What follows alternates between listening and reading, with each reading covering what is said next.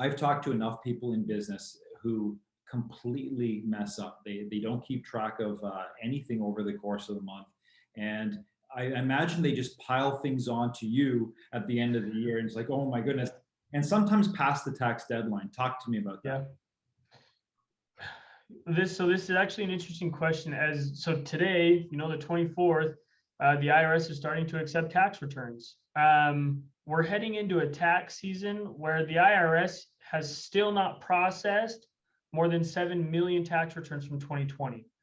And so wow, we've kind of been hit in a wave where the IRS has extended deadlines in the past.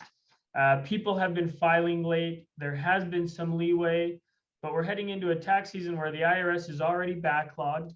They haven't announced any, deadline extensions as of this point, but people will continue to just be backlogged themselves because of what has happened the past 2 years. I don't know that there's anything wrong with that necessarily, but it does cause issues because when people get backlogged, they tend to feel overwhelmed and put it off. Taxes are something that people don't always have at the forefront of their mind.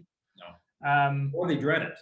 And I totally understand it. If I weren't in the profession, I don't know that it would be on the forefront of my mind either, right? Right. Case in point, I met a guy last week who hasn't filed a tax return in 30 years. I kid you not, 30 Really? years. And it's the same thing. He just said, I started to make really good money and I wasn't organized. And so it got to tax time and I realized that I wasn't organized. I was a little scared that I didn't know what I was going to have to owe. And so I just kept putting it off. And he put it off for 30 years, and he's not the only one. And so what happens to a guy like that? Yeah. Unfortunately, he's going to have to pay for a lot of that. There are certain programs that we can file for and help him out with to diminish a lot of those taxes, the tax debt that he's going to have to owe. But you've got to rip the Band-Aid off at some point. You can't just go living like that for forever. And let me ask you something. You hear something like the IRS, and they're such a big entity. It's a big, scary beast. In actuality, it's a bunch of individuals working for the government. I mean, that's what it is, right? But we are terrified of the IRS. Yeah. Is that a legitimate fear, or is it something that's built up by human beings?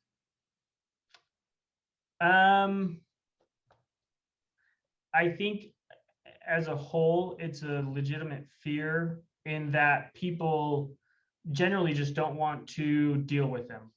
They want to send them in a tax return. They want to see it. They want to kiss it goodbye, and they never want to have to look at it again. Yeah. From a professional standpoint, I don't know why people are so scared of them. For the most part, and this was actually just put out last week. They're dealing with a major staffing shortage. Yeah. And to be honest with you, they're picking and pulling people off the streets, paying them $11, $12 an hour, just like a McDonald's or a Burger King is.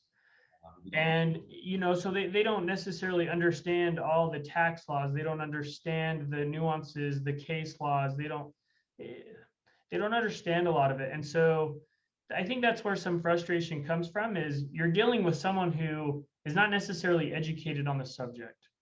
Got it. And I mean this in the nicest way possible, but people like me are not going to go work for the IRS. That's right. And so, you kind of have to deal with what you have. But for the most part, my interactions with the IRS are great because I know how to talk to them. I know how to have conversations with them. And the conversations that we do have are educational, they're uplifting, but it's just because I've dealt with them and I know how to maneuver those conversations. That's huge, man. That's huge.